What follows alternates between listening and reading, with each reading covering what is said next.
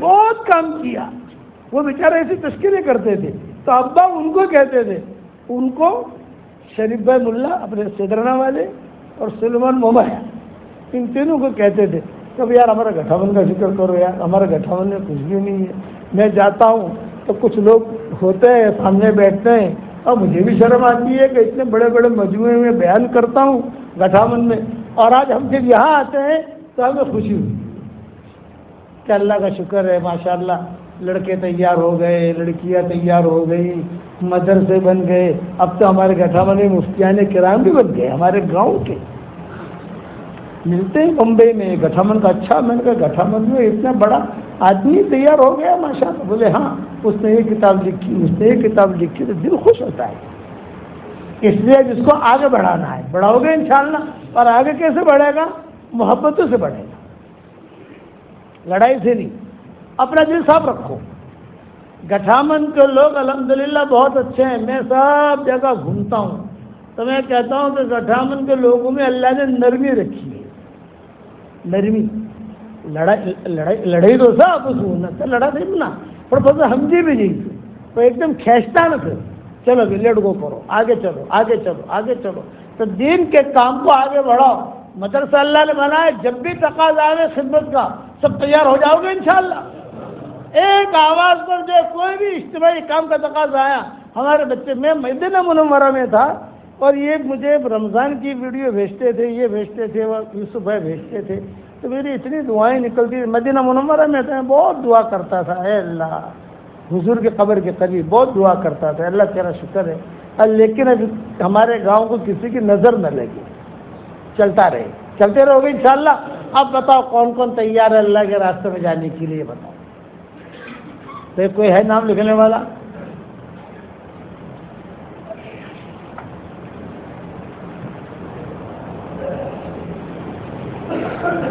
اور آج اللہ تعالیٰ نے آپ کی خدمت کی وجہ سے گٹھاون کے زمینوں کے ریٹ کیسے کر دیے بیٹھے بیٹھے؟ یہ بھی تو ہے. اللہ نے بھاؤ بڑھایا کہ نہیں بڑھایا؟ بتاؤ کون تیار ہے؟ پھر دعا کر لیں. کیا نام؟ ماشاء اللہ. دیکھو اللہ ان کی جان میں, مال میں, ایمان میں, آبرو میں بے انتہا برکت کا معاملہ فرمائے. کہو آمین. اور بتاؤ کیا نام؟ یہی کہیں گٹھاون ماشاء اللہ. اللہ تعالیٰ ان کے لیے بھی یہی دعا قبول کرے. کہو آمین. اور کون ہے بھائی؟ کیا نام؟ ماشاء اللہ. اللہ ان کے لیے بھی یہی دعا قبول کرے. کہو آمین. اور بتاؤ ماشاء اللہ. اللہ ان کے لیے بھی یہی دعا قبول کرے. کہو آمین. جی کیا نام؟ محمد. یہ گٹھاون کے ہیں ماشاء اللہ. اللہ ان کے لیے بھی یہی دعائیں قبول کرے. کہو آمین. اور بتاؤ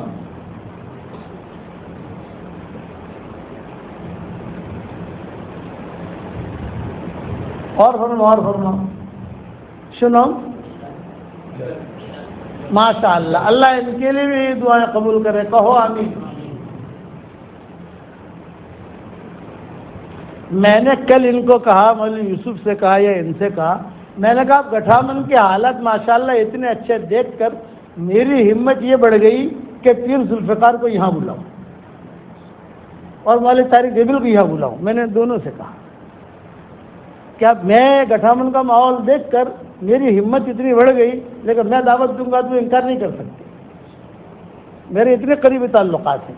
میں نے کہا اب میں اگر قانونی کوئی رکاوٹیں نہ آ رہی, جیسے ملک الگ الگ ہے, یہ ہو یہ میں نے کل 2 مرتبہ کہیں جاتے ہوئے سفر میں کہ میری ہمت اب بڑھی کہ مدرسہ اس قسم کا ہو گیا, خدمت والے ساتھی ہمارے ہو گئے, گٹھاون کے نوجوان بچے ایسے ہیں ماشاء اللہ 24 گھنٹہ پہرا دیں, 24 گھنٹہ خدمت کریں, کاریں لے کر کھڑے رہیں. اب میری ہمت بڑھنے لگی کہ میں ان دونوں کو دعوت دوں الگ الگ وقت پر.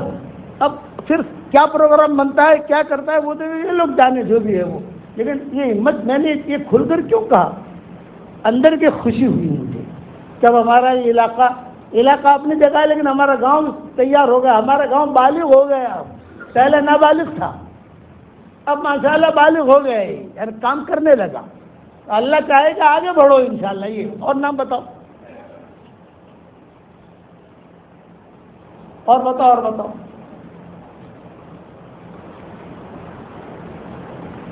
شنو دسا کے ماشاءاللہ اللہ ان کی جان میں، مال میں، ایمان میں، آبرو میں بے انتہا برکت عطا فرمائے. بلکہ میں نے ان کے بعد طارق جمیل کو فون بھی کیا، یعنی جب میں نے کہا بھی کیا پروگرام ہے تمہارا، کہاں جا رہے ہو؟ میں تو جا رہا ہوں فلاں ملک میں اپنی بات، تو انہوں نے فون اٹھایا نہیں. ان کی بھی کچھ طبیعت خراب چل رہی ہے، یہ پیر صاحب کی طبیعت خراب چل رہی ہے، لیکن بمبئی جا کر میں سیٹنگ کروں گا، پھر ان سے ٹائم لوں گا. کون سا ٹائم ہے یہ ہمت؟ آج تک میں نے ان حضرات سے کہا نہیں، آج تک. کل میں نے کہا کہ اب میرے دل میں یہ آیا ان کے بزرگوں میں سے الگ الگ ٹائم پر دونوں کو یہاں بلاؤں اور گٹھا من میں ہی رکھیں ان کو، اور ہمارے بچے ان کی خدمت کریں. ہمارے بچے. اور بتاؤ کون تیار ہے؟ اور بتاؤ.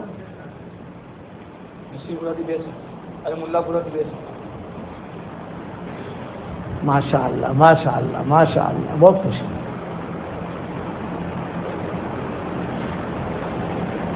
چلا سکتی تھی یہاں سے. ماشاء اللہ بہت خوشی ہوئی. اللہ آسان کا. دوسرا، عورتوں میں بھی دینداری آوے اس کی فکر کرو. وہ تو مردی فکر کریں گے. ہمارے یہاں اور میاں بیوی میں محبت ہو، اس کی ترتیبیں بناؤ، دعائیں مانگو. ہماری مسجد تہجد سے آباد رہے اس کی کوشش کرو، اور اللہ سے کہو، کرنے والا اللہ ہے. دور ہے منزل مقصود، شاعر کہتا ہے دور ہے منزل مقصود مگر ہے تو صحیح. راہ کٹ جائے گی تو عزم سفر پیدا کر. جو میرے والد کی دعائیں تھیں گٹھاون کے لیے، وہ دعائیں اب قبول ہو رہی ہے. کبھی دعا کب قبول ہوتی ہے، کبھی کب قبول ہوتی ہے. ابراہیم علیہ السلام نے دعا مانگی تھی کب، اور حضور صلی اللہ علیہ وسلم پیدا ہوئے کب. اسی لیے حضور صلی اللہ علیہ وسلم فرماتے تھے فتح مکہ کے موقع پر، میں میرے باپ ابراہیم کی دعا کا ظہور ہوں. کہ دعا مانگی تھی، میرے ابا نے بہت دعائیں مانگی، اور مولانا نظر میں سب نے ہی مانگی، مولانا اکبر صاحب نے مانگی، مولانا آدم صاحب رحمۃ اللہ علیہ جی ہمارے یہاں کے تھے، انہوں نے بھی خوب خدمت کی. یعنی گاؤں معیاری گاؤں ہے، یہ یاد رکھنا، معیاری گاؤں ہے، تو اس کی قدر کرو. اللہ تعالیٰ عمل کرنے کی توفیق عطا فرمائے. اللہم لک الحمد کما انت اہلہ، وصلی وسلم علی سیدنا محمد کما انت اہلہ، وافعل بنا ما انت اہلہ، فإنک اہل التقوی واہل المغفرہ. اللہم لک الحمد حمدا حمدا، اللہم لک الحمد حمدا حمدا. اے اللہ ہمارے گناہوں کو معاف فرما، اے اللہ ہماری خطاؤں سے درگزر فرما. اے اللہ پورے گٹھاون والوں کو قبول فرما، گٹھامن کے ذرے ذرے کو قبول فرما، گٹھامن کے پتے پتے کو قبول فرما، گٹھامن کی ایک ایک اینٹ کو قبول فرما. یہاں کے مردوں کو قبول فرما، یہاں کی عورتوں کو قبول فرما، ان کی محبت کے کرنے کو قبول فرما. اے اللہ یہ گٹھامن والے بہت بھولے بھالے ہیں، اور جنت والے بھی بھولے بھالے ہوتے ہیں. اہل الجنت بلہن. اے اللہ ہم سب کو دین کے لیے قبول فرما، ہمارے مدرسوں کو قبول فرما، ہمارے مکاتب کو قبول فرما، ہماری خواتین کو قبول فرما. جو پریشان حال ہو ان کے پریشانیوں کو دور فرما. جس کی جو حاجت ہو حاجت کا تو غیب سے تکفل فرما. جو کہے اللہ جس کی جو ضرورت ہو اس کی ضرورت کا تو غیب سے تکفل فرما. اے اللہ جس نے بھی مجھ سے دعاؤں کے لیے کہا ہو، دعاؤں کے لیے خطوط میں لکھا ہو، جن کا ہم پر کسی قسم کا حق اور احسان ہو، یا جو ہمیں اپنی دعاؤں میں یاد کرتے رہتے ہوں، میری ساری دعاؤں میں ان کا پورا پورا حصہ نصیب فرما. میری ساری دعاؤں میں ان کا پورا پورا حصہ نصیب فرما.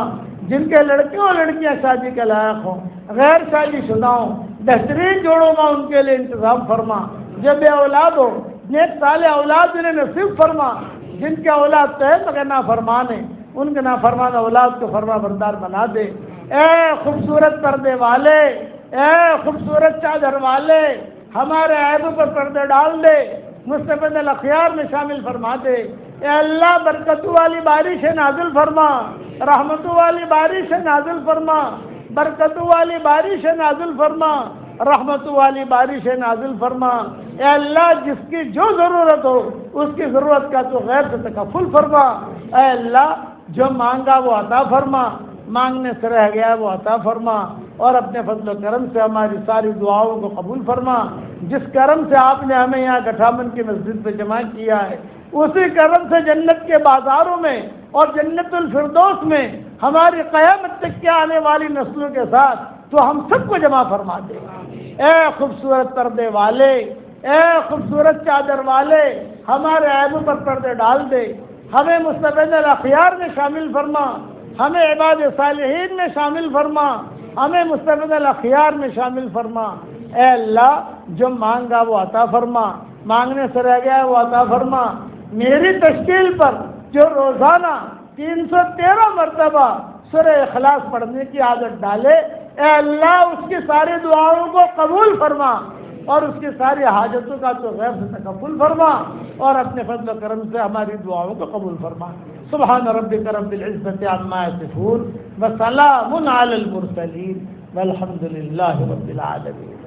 دیکھو میں بیمار ہوں، مسافہ نہیں کر سکتا، انشاءاللہ عشاء تو یہی پڑھوں گا انشاءاللہ، لیکن یہ کہ مجھے صرف بیٹھ جانے دو، اطمینان سے بیٹھ جاؤں اور میں سلام کروں، سلام کا جواب دے دوں۔ السلام علیکم ورحمۃ اللہ وبرکاتہ۔ تھوڑا پانی پلا دو۔